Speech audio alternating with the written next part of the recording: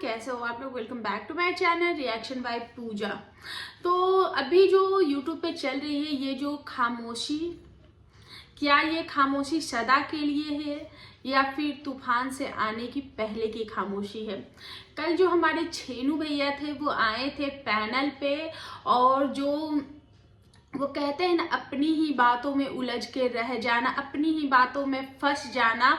तो क्योंकि छेनू भैया एक कन्हैया बन के बैठे थे उस पैनल पे और 5-6 गोपियां जो है वो उनपे सवालों पे सवाल जो है वो दागे जा रही थी। छेनू भैया एक सवाल का जवाब देते थे तो दूसरे पे वो उलझ जाते थे और दूसरा सवाल का जवाब वो कंप्लीट भी नहीं करते थे कि तीसरा सवाल जो है वो उनपे दाग दिया जाता था। तो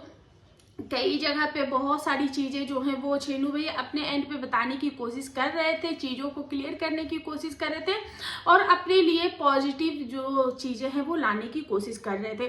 पर वो ये भूल गए थे कि यहाँ पे लाइव जो चीजें चल रही है वो कमेंट्स नहीं है जिनको वो हाइड कर सकते हैं या फिर उनको इग्नोर कर सकते हैं। यहाँ पे वो तेज तरार औरतें हैं जो कि रिएक्शन वीडियोस बनाती है और इनके काफ़ी अच्छे और काफ़ी तीखे रिएक्शन होते हैं। तो और ये जो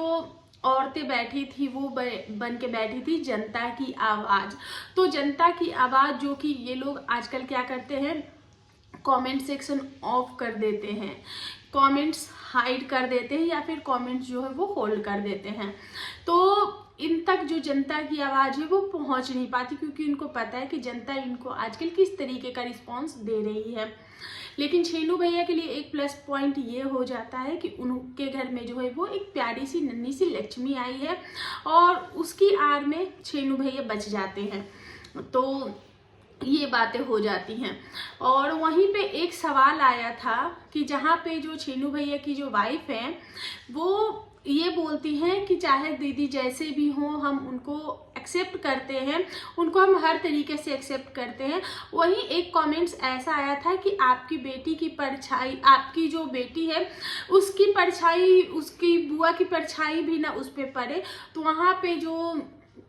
भाभी जी हैं वो रिप्लाई देती हैं और 3 हार्ट भेजती हैं। तो इस पे जो है वो छेनू भैया से इन पे रिप्लाई मांगा गया जहाँ पे छेनू भैया जो है वो स्पीचलेस नजर आए। उसके बाद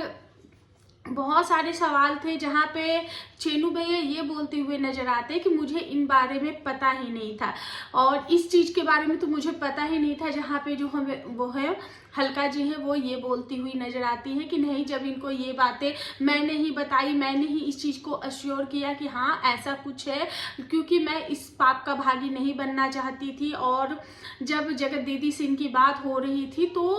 उस दौरान छेनू भैया ये बातें सुन लिए थे और हल्का जी से ये चीज़ें जो है वो कंफर्म करा रहे थे। तो हल्का जी ने उनको इनडायरेक्ट वे में या फिर डायरेक्ट वे में इस चीज़ का आश्वासन दे दिया था कि चीज़ें यहाँ पे बहुत ज़्यादा गोलमाल है, जो तुम सोच रहे हो यही सच है। जहाँ पे जो छेनू भैया है, जो कि एक भाई का जो एंगर होता है कि अगर ऐसा किया तो मैं अपनी बहन को ये कर दूंगा, वो कर दूंगा, खत्म कर दूंगा, ऐसा कुछ उनका एंगर वहां पे निकल के आया। लेकिन जिस दिन ये चीजें 10 नवंबर को ये जो चीजें सामने आई थी तो वहां पे जब भैया लाइव में बैठे थे तो वहां पे तो अपनी बहन को छोले और भटूरे खिलाने की बात कर रहे थे। जिस दिन इनकी बेबी का बर्थ हुआ था उस दिन इनके जो व्लॉग थे वो काफी ज्यादा नॉर्मल नजर आ रहे थे। कहीं से भी ऐसा नहीं लग रहा था कि ये जो भाई है वो अपनी बहन पे गुस्सा है या फिर ईगो दिखा रहे हैं या फिर अपनी बहन से नाराजगी जता रहे हैं या फिर इनकी बहन नाराजगी जता रही है या फिर इनकी बहन को ऐसा कुछ फील हो रहा है या फिर जो भी। कुल मिला के इनके घर का जो माहौल था वो नॉर्मल ही दिख रहा था, स्ट्रेस भरा वो व्लॉग आपको नहीं दिखेगा क्योंकि ऐसा लग रहा था कि इन लोगों के ऊपर कोई बॉम्ब नहीं फटा। ऐसा लग रहा था कि ये इन लोगों को सारी चीज पता था और ये इन चीजों के लिए तैयार थे। जो आने वाली खुशी है उसके लिए भी ये तैयार थे और जो बम फूटा है उसके लिए भी ये तैयार थे। तो ऐसा इनका जो व्लॉग है वो दिख रहा था। वहीं पे जो जगत दीदी बार बार आती हैं और कैमरे के सामने ये बोलती मैंने कौन सा पाप किया है, मैंने क्या किया है, मैंने क्या गलती की है। तो इन चीज़ों के ऊपर भी सवाल जो है वो छेनू भैया से किए गए। हाँ, तो पहले इस चीज़ को हम क्लियर कर लेते हैं। तो छेनू भैया ये चीज़ें पूछते हैं, प्लस छेनू भैया ये बोलते हैं कि एक बार इनकी मनीषा से कॉल पे बात हुई और मनीषा ने जब छेनू भैया से ये चीज़ें बोली तो ये खुद ही बोलते हैं कि आप उस लाइव में जो इन्होंने फर्स्ट लाइव किया था जिसमें इन्होंने एक्सेप्ट कर लिया था कि हाँ मेरी बहन जो है वो ऐसी है और मेरी बहन की गलती है, मैं उसके लिए शर्मिंदा हूँ। और वो वाली लाइव में तो उस लाइव में छेनू भैया यही बोलते हैं कि उस औरत से जाके पूछना कि क्या मैंने उनकी हेल्प नहीं की थी, जब ये चीज़ें मुझ तक आई थी तो क्या मैंने उनकी हेल्प नहीं की थी, मैंने उनकी मदद नहीं की थी। तो यहाँ पे एक बात तो क्लियर होती कि छेनू भैया को ये चीज़ें पता थी। दूसरी बात, छेनू भैया ये बोलते हैं कि 3 महीने पहले मेरी इनकी मम्मी का कॉल आता है कि अगर ये दिखेगी तो बीच रास्ते में इसकी बाल पकड़ के नोचूंगी, ये जैसे भी उसको मैं मारूंगी पीटूंगी। तो इसलिए जब मैं इनकी मम्मी की तरफ से ये कॉल आता है तो उसके बाद मैंने जब ये इंगेजमेंट में पहुंचे तो वहां से उनको भगाया जाता है। बहुत सारे क्रिएटरों को ये चीज़ें पता थी और कहीं ना कहीं बहुत सारे लोग ये भी अश्योर कर रहे हैं कि हाँ छेनू भैया को पता थी, लेकिन छेनू भैया की ही मुंह से कही हुई बातें हैं कि 3-4 महीने पहले, उस वक्त यानी कि 4 महीने पहले छेनू भैया को ये चीज़ें पता थी कि दीदी जी जो है वो ऐसा ऐसा कुछ कर रही है। और जगत भैया की मम्मी के तरफ से भी, जो अप्सरा आंटी है उनके तरफ से भी इनको कॉल आ चुका था, मनीषा के तरफ से भी आ चुका था, ये घर से भी भगा चुके थे। तो छेनू भैया को कैसे नहीं पता था, ये चीजें इनको अच्छे से पता थी। तो अभी ये बातें आ रही है कि नहीं छेनू भैया को इस बारे में पता ही नहीं थी। तो नहीं, ऐसा नहीं, छेनू भैया को अच्छे से पता था इन बारे में कि ऐसा ऐसा है, चीजें जो है वो चल रही हैं। तो छेनू भैया ने तब अपनी बहन को क्यों नहीं रोका,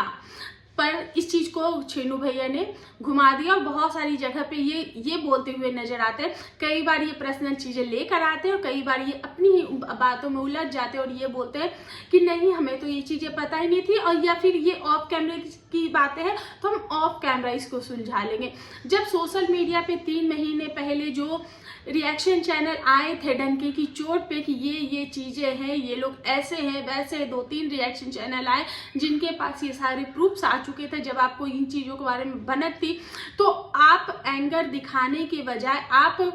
पर्सनल कॉल करके धमकाने या इस तरीके की चीजें करने के बजाय, आप अगर प्यार से उस महिला से बोलते कि बहन आपके पास क्या प्रूफ है, क्या ये बात सच है, आप मुझे प्लीज वो चीजें मुझे प्रोवाइड कर दो, मुझे कंफर्म होना है। तो शायद आप उस रिएक्शन वाली महिला से आप एक भाई बनके पोलाइटली आप इस चीज को जो है वो सॉल्व कर सकते थे, पर आप लोगों ने दबाना और अपना दबदबा जो है वो बनाना जारी रखा। तो यहाँ पे आपकी बहुत बड़ी गलती है, और जो कि आपने अपना जो शासन, अपना जो सत्ता, अपना जो वर्चस्व था, सिर्फ और सिर्फ उसी का जो प्रचलन है वो आपने किया है और आपने सिर्फ और सिर्फ उसी का यूज किया है। आप अगर उस वक्त थोड़ी से झुक जाते तो शायद आपकी बहन का जो ये छीछा लेदर है, शायद 3 महीने पहले, 4 महीने पहले ये चीजें नहीं होती, ये चीजें वहां पे दब जाती। लेकिन आपने अपना जो है वो वाला रूप दिखाया, जिसकी वजह से, क्योंकि हम लोग भी बोल रहे थे कि ये महिला कैसी है, क्योंकि जो अर्पिता है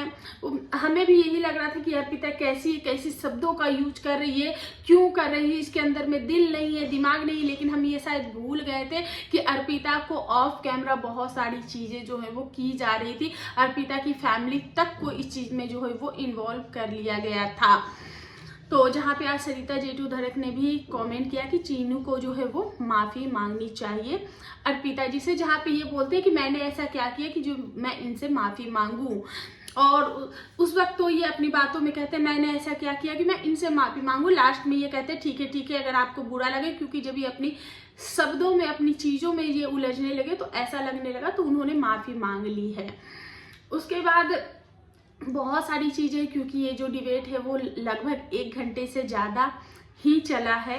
और मैंने हल्का जी की लाइव नहीं देखी, मतलब कि किसी और चैनल ने इस लाइव को जो है वो अपने चैनल पे रिकॉर्ड करके रख लिया था, तो मैंने उस चैनल पे देखा है वो लाइव, जो कि कल रात को ये लाइव चली थी। उसके बाद बहुत सारी बातें, जैसे कि दीदी जी माफ़ी नहीं मांगती, उनकी आंखों से नहीं लगता, उनको वो आकर जो धमकी देती है, ऐसी ऐसी बातें जो है वो वहाँ पे डिबेट में बोली जा रही थी कि वो जो आके लाइव में मरने की धमकी देती, उससे अच्छा ये होता कि वो जनता से माफ़ी मांग लेती, अपनी गलतियों को स्वीकार कर लेती कि हाँ मैं मुझसे गलती हो गई है, मुझे प्लीज़ माफ़ कर दे, तो शायद ये उनके लिए बहुत ही अच्छा होता। तो इस पे छेनू भैया बोलते हैं, पहले तो बोलते हैं कि हाँ ठीक है, मैं ये सारी बातें, क्योंकि उनको पता था कि जितने भी जो लेडीज़ ने अपनी बातें जो है वो रखी है और जो बताई है वो कहीं ना कहीं सही है, तो ये बोलते हैं कि ठीक है मैं वहाँ पे रख दूंगा उनके सामने एज इट इज, जो भी बातें मैं वहाँ पे अपनी बहन के सामने रख दूंगा और देखते हैं कि उसका क्या कॉल होता है। तो जहाँ एक तरफ ये अपनी बहन के हर कदम पे साथ है, अपनी बहन की गलतियों के ये खिलाफ है, वहाँ पे मतलब कि ये अपनी ही चीज़ों में जो है वो उलझते हुए नजर आते हैं, और एक तरफ जहाँ पे ये बोलते हैं कि नहीं हम ऐसे करेंगे, हम वैसे करेंगे, और दूसरी तरफ ये जो है वो ये कहते हुए नजर आते हैं कि वो सामने वाला का कॉल है कि सामने वाला इस चीज़ को कैसे लेता है। और तो क्या जगत दीदी को ये चीज़ें सोशल मीडिया पे नहीं दिख रही? सोशल मीडिया पे आप लोगों की पकड़ जो है वो बहुत मजबूत है, आप लोग चील के जैसे, गिद्ध के जैसे सोशल मीडिया पे अपनी जो नजरें है वो गड़ा कर रखते हो, और आपको पता ही नहीं कि ऑडियंस आपसे क्या चाहती है, या फिर ये कहें कि आप लोगों को आपकी गलती का एहसास ही नहीं है। आप लोग उसी दौर में मतलब जी रहे हो कि, और जगत दीदी ने बोला भी है इस बात को कि 2-4 दिन हो जाएंगे, कुछ दिन तक ये बातें चलेगी, फिर ये दब जाएगी। ये बातें दब कैसे जाएगी जगत दीदी? ये बातें दबने लायक थोड़ी ना थी कि ये दब जाएगी। आपको क्या लगा कि आप कुछ भी कर लोगे और ये चीजें दब जाएंगी और फिर आप लोग आके उसको कुरेदते रहो? बहुत सारे लोग ये बोल रहे कि बेचारी को जीने दो, बेचारी को ऐसे क्यों किया? तो फिर बेचारी ने सुमित महल को क्यों परेशान किया और सुमित महल का रोस्ट बनाने के लिए अंकुश को क्यों उकसाया? ये सवाल कोई क्यों नहीं कर रहा है? तो क्या जगत दीदी इन चीज़ों से छुटकारा पाना चाहती है, या फिर इन चीज़ों को और भी ज़्यादा उखाड़ना चाहती है, इन चीज़ों को हरा करना चाहती है? तो प्लानिंग प्लॉटिंग तो बहुत तगड़ी हो रही है। छेनू भैया आए थे, मैं अगर देखो मुझसे पूछा जाए तो मुझे यही लगता है कि इन लोगों में दूरियां तो डेवलप हो गई हैं, लेकिन हाँ व्यूज का चक्कर है, पैसों का चक्कर है, फैमिली है। एक तरफ ये दिखा रहे हैं कि हम अपनी बहन से नाराज हैं, दूसरी तरफ ये दिखा रहे हैं कि नहीं हम अपनी बहन के साथ हैं, और तीसरी तरफ से ये भी है कि अगर हर चीज में, क्योंकि जो चीजें जो जगत भैया ने रखी थी, जो चैट्स रखी थी जिसमें ये बताया जा रहा है कि मेरा भाई का जो चैनल है, व्लॉगिंग चैनल है, वो ग्रो कर रहा है, तो उसको हम उसमें कैसे नेगेटिविटी आए और उनके ब्लॉग डालने से मुझे प्रॉब्लम हो रही है। तो कहीं ना कहीं जो छेनू भैया हैं उनको इस चीज़ से काफ़ी ज़्यादा तकलीफ हुई है, और ये चीज़ें तो खैर बर्दाश्त करने लायक नहीं है। तो डेफिनेटली इन चीज़ों की वजह से भी जो दूरियां हैं वो आएंगी ही आएंगी। तो छेनू भैया कुल मिलाकर वो अपनी इमेज क्लियर करने आए थे और एक बार फिर से वो अच्छे भाई बनने की कोशिश में लगे थे, लेकिन अब वो ये भूल गए थे कि अब ये जो दिन था वो पलट चुका है, और अब ये जनता जो है वो इतनी भोली नहीं रही है, और खास करके अगर जनता रहती तो एक बार भोली बन भी जाती। लेकिन यहाँ पे तेज तरार महिलाएं थी जो कि डिबेट में बैठी हुई थी। तो वैसे तो मैं आई थी इस रिएक्शन वीडियोस में मनीषा के लिए बात करने के लिए, लेकिन मुझे लगता है कि ये जो वीडियो है वो काफ़ी ज़्यादा बड़ा हो चुका है, तो इसके लिए मैं इस रिएक्शन को यहीं पे एंड करती हूँ। आई होप आप लोगों को मेरा आज का रिएक्शन जो है वो पसंद आया होगा, और मुझे एक जगह बहुत ज़्यादा अच्छा हंसी आई, यहाँ तक कि जो छेनू भैया है कहीं ना कहीं वो भी इस चीज़ को फील करते हैं, क्योंकि जब ये बातें आई थी कि ऐसा लगता नहीं, जगत दीदी जो है वो बार बार ये बोलती है कि मैंने किया क्या है, मेरी गलती क्या है, मैंने कोई पाप नहीं किया है, अब आप लोग ऐसा बोलते हो, ऐसा मैंने क्या पाप किया है? तो वहाँ पे अर्पिता हंस देती हैं और वहाँ पे छेनू भैया भी साथ में हंस देते हैं। तो ये चीज़ें तो कहीं ना कहीं छेनू भैया भी बिलीव करते हैं कि हमारी बहन में एरोगेंस तो है। और हाँ, साथ में एक बात वहाँ पे और उठी थी कि झूठी कसम वाली बात, कि सामने वाला तो झूठी कसम खाता है। तो यानी कि यहाँ पे रिश्ते नाते हर एक चीज का जो है वो किसी भी तरीके का कोई विश्वास नहीं है, क्योंकि यहाँ पे तो कस्में भी झूठी खाई जाती है। तो बाकी ना ही रिश्ते का लिहाज है, ना ही कस्मों का लिहाज है, किसी भी चीज का नहीं लिहाज है। सिर्फ और सिर्फ अगर किसी चीज का लिहाज है तो वो है डॉलर का, पैसों का, व्यूज का, यही सारा चक्कर है। तो प्लीज कोई भी किसी भी तरीके के इमोशनल ना होइए, कोई भी धमकी से आप लोग प्लीज मत डरिए। ये लोग सिर्फ और सिर्फ ऑडियंस को गुमराह करना ही जानते हैं। और इसी के साथ मैं अपना रिएक्शन जो है वो एंड करती, मिलती हूँ नेक्स्ट रिएक्शन के साथ। तब तक के लिए बाय।